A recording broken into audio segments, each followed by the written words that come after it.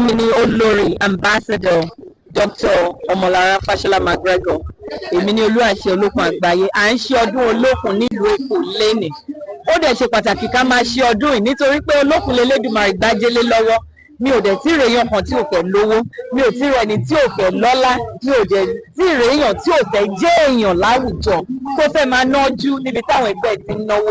Ìyẹn la ṣe ń ṣọdún yìí wípé kí olókun òrìṣà yìí kó má gbàgbé wa, kó tarí ajé sí wa, àti pàápàá kí ìṣe àti àṣà wa kó má bàa parun. Ẹ jẹ́ ká máa ṣẹ̀ṣẹ̀ ṣe wa o.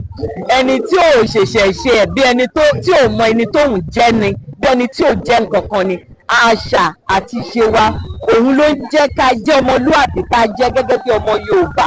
Tọ́n bá ti rí ọmọ Yorùbá, èdè wa, aṣọ wa, àṣà wa, ìṣe wa, ìyẹn náà fi ń dá wa mọ̀. Ẹ̀yin èwe ní ẹ má sọ àṣà àti ìṣe wa, ẹ má sọ nù o. Tẹ́ bá ń ṣe náà ẹ fi lọ́mọ lọ́wọ́ o. Gbogbo ìta ń ṣe lénìí ká má bàa gbàgbé, ká dẹ̀ má bàa jẹ́ kó parun.